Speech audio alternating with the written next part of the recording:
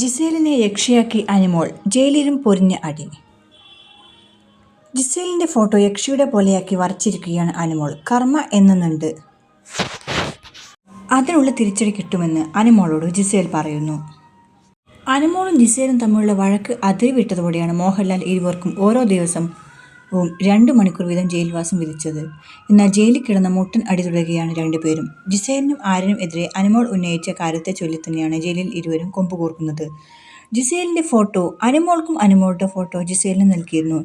ഇതിൽ ജിസേലിന്റെ ഫോട്ടോ യക്ഷിയുടെ പോലെയാക്കി വരച്ചിരിക്കുകയാണ് അനിമോൾ. കർമ്മ എന്നുണ്ട്, അതിനുള്ള തിരിച്ചടി കിട്ടും എന്ന് അനിമോളോട് ജിസേൽ പറഞ്ഞു.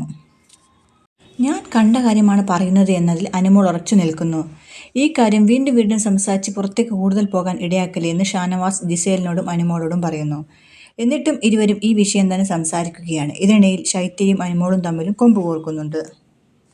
ശൈത്യയും അനിമോളും തമ്മിലുള്ള പ്രശ്നം തീർക്കാൻ ആദില ശ്രമിക്കുമ്പോഴും അനിമോൾ ഇതിന് തയ്യാറല്ല. ഒരു സുഹൃത്തിനോട് നിനക്ക് ഇഷ്ടമില്ലേ എന്ന് അനിമോളോട് ജിസേൽ ചോദിക്കുന്നു. ബിഗ് ബോസ് മലയാളത്തിൽ 2 സ്ത്രീകൾ മത്സരാർത്ഥികൾ തമ്മിലുള്ള കൊമ്പുകോർക്കൽ പ്രധാന കണ്ടന്റായി മാറുന്നത് ആദ്യമായിട്ടാണെന്നാണ് പ്രതികരണങ്ങൾ ഉയരുന്നത്. അപ്പോൾ നമുക്ക് കാണാം എങ്ങനെയായിരിക്കും ഇവിടെ യുദ്ധം തുടർന്ന് പോകുമോ അതോ ഈ ജയിൽ അവസാനിക്കുമോ എന്ന്.